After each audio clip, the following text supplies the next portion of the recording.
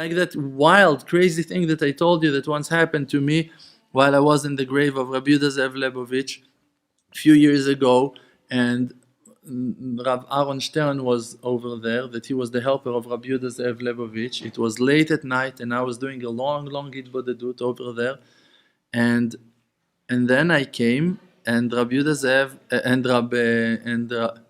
Rav Aaron Stern asked me if I can come into the tent of the grave of Rabbi Yehuda Zev Lebovich, and I went in. It was before of Sukkot that year, and 3 years ago, I think. And then he asked me, "Do you want Mashiach to come?" So I looked at him and I realized that I'm in a very important situation now in my life, and that I'm not allowed to just answer a quick answer. I just really need to think before I'm answering.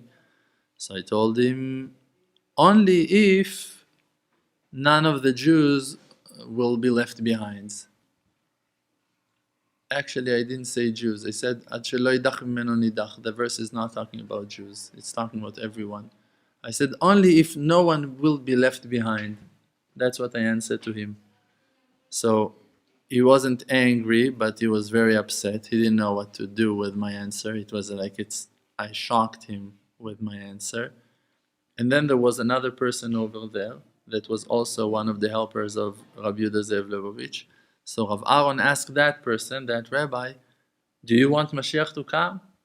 So he was a Talmid Chacham, still is, and he said to Rav Aaron, "The Rambam is telling that we always need to expect Mashiach, we need to wait for Mashiach to come, so the answer is yes, we do want Mashiach to come, and of course, yes, I want Mashiach to come." So Rav Aaron looked at me and told me, "What do you have to say on that?" I felt like I'm in court, I didn't know what to do. That in the end, after the fact, after 2 or 3 days, I realized that I was in court. I'm going to tell you why. And then he told me, Rav Aaron asked me again, he told me, "What do you have to say on that?" I told him, "Listen, we're not saying no, that we don't want Mashiach to come. We do want Mashiach to come, but only in terms of that everyone will complete their tshuva before. We don't want Mashiach to come and that thousands of souls will be rejected.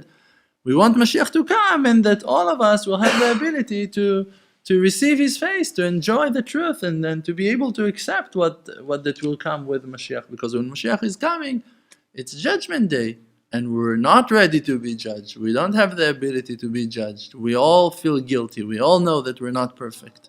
So we don't want to be judged. And for sure there are people that are very, very far. So if the truth will be revealed now completely, many, many souls will be left outside, and we don't want that."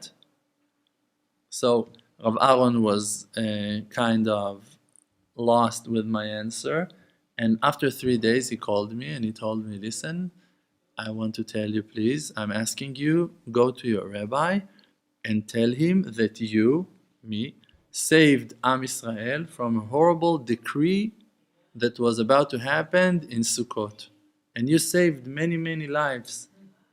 So I told him I would love to tell him that, but can you share with me a little bit? What have I done? How did I do that wonderful thing? So he told me, when I asked you that question on the tziyun of Rabbi Yehuda Zev Lebovich, on the grave of Rabbi Yehuda Zev Lebovich, in heaven they had that discussion, and they were asking in heaven if to bring Mashiach in Sukkot or not. That was the question 3 years ago.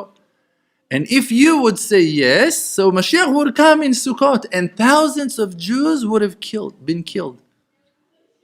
Because Mashiach could have come, but with judgments, with dinim.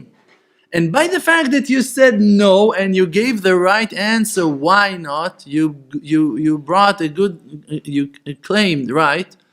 You gave a right explanation why it's not good that Mashiach will come now. By doing that, you gave more patience and more. You brought down more kindness to the world, and thousands of Jews haven't been killed by that. So, how a person can know how to choose in questions like those, in situations like those? You need to understand